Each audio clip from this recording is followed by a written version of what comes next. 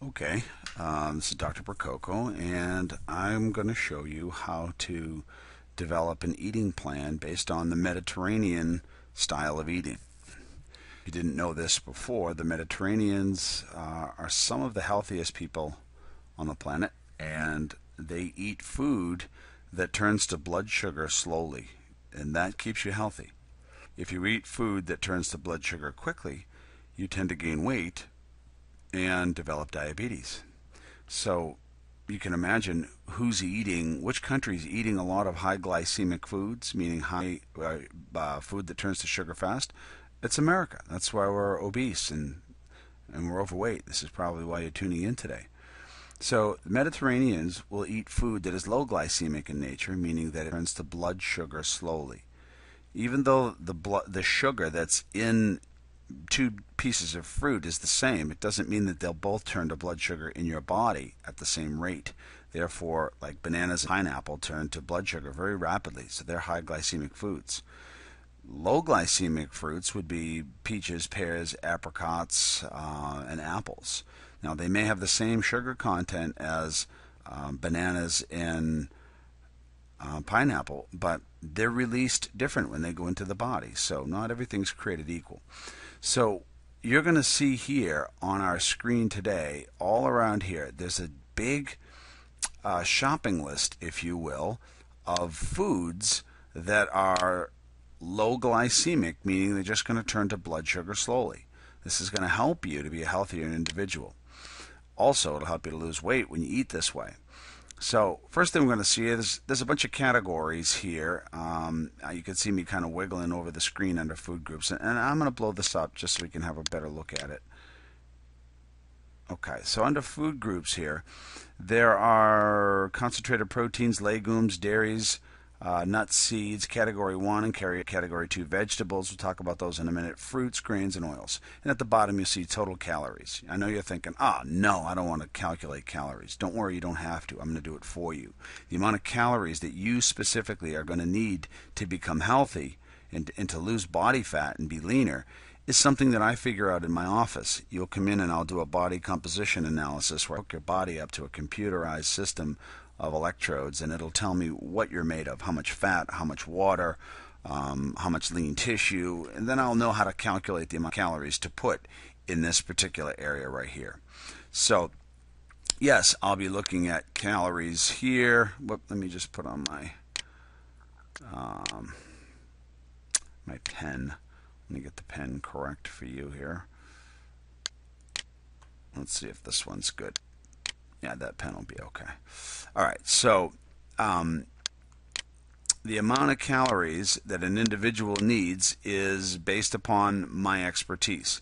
Now, to reach those calories, to get the number of calories that you actually need here, you're just going to put in a certain amount of servings, which I will put in there for you, and then you just have to make sure that you get them eaten and, of course, put into your diet over here, which I'll kind of shrink the screen a little bit and we'll look at it in a minute.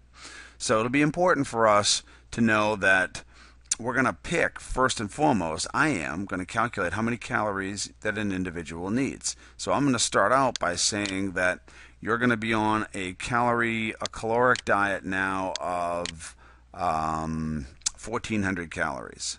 So I'm going to put in here, if it will be nice to me, 1,400 calories, and I'll go ahead and put in the amount of servings we need. We need 3 concentrated proteins, 2 legumes, 1 dairy, 1 nut and seed, 1 category 2 vegetable, 3 servings of fruit,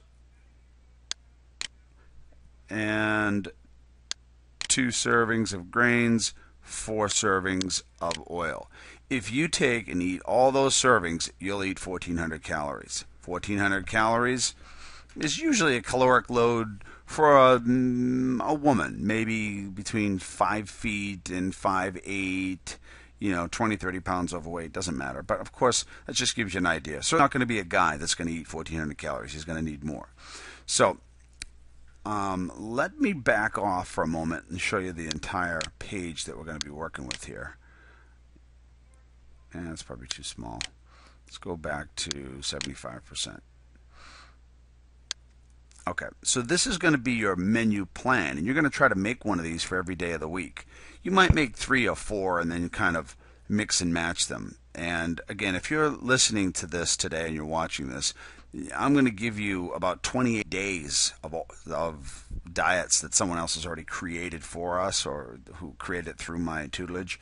You get to look at what they did and pick and choose maybe from some of their ideas. So I'll make it even easier for you.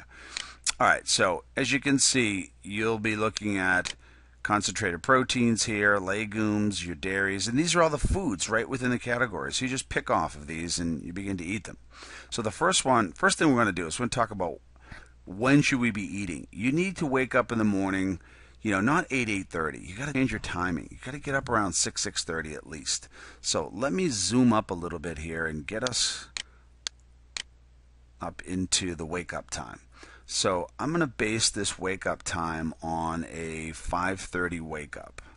So let's say you're like, are you kidding me? I know you can do this any way you want, but just humor me for a moment. Let's go with a 5:30 wake up. So if you get up at 5:30, the golden rule is that you have to put breakfast into your body by 6 o'clock. You got about 30 minutes to get it done. So let's put in 6 o'clock. And you might ask me, why is that? Well, I put in 6:30. Not what I wanted to put in there. Pardon me. Let me go over here and get rid of that. Your body wants to get blood sugar quickly to get the ball rolling. And if you don't get blood sugar into your body within that half hour, your body starts to use stress hormones to make blood sugar from your muscle. So you break yourself down by not getting breakfast. So it's going to be pretty important. So the other thing is you're going to be eating every 3 hours. That keeps the body really efficient. So if you begin your morning meal at 6, your snack time is going to be around 9 o'clock in the morning, which would lead to our midday meal at roughly 12 o'clock. Okay, and let's move down and get our next snack time at around 3. And of course our meal is around 6. Now trust me, I know after doing this for so long that not everybody fits this particular schedule. But do your best to stay within 3 and 3.5 hours of in between meals. Okay, don't go 6 to 7 hours because then you'll be going back into stress hormone, which will make you irritable and tired, slow you down. You'll break down muscle. You won't get rid of any fat. It's not a good way to go. All right, so the first thing is we're going to take a look over here at concentrated protein. Okay, so the concentrated protein, you need 3 of them. So I'll just wing a few in there and show you how it's going to work. So let's go over here let me put my pen back on, and I'm going to pick something out of the concentrated protein group. So let me do that by simply going down, and we can look together here at the concentrated proteins. I might even make it bigger. Let's see what it looks like. Let's go like 300.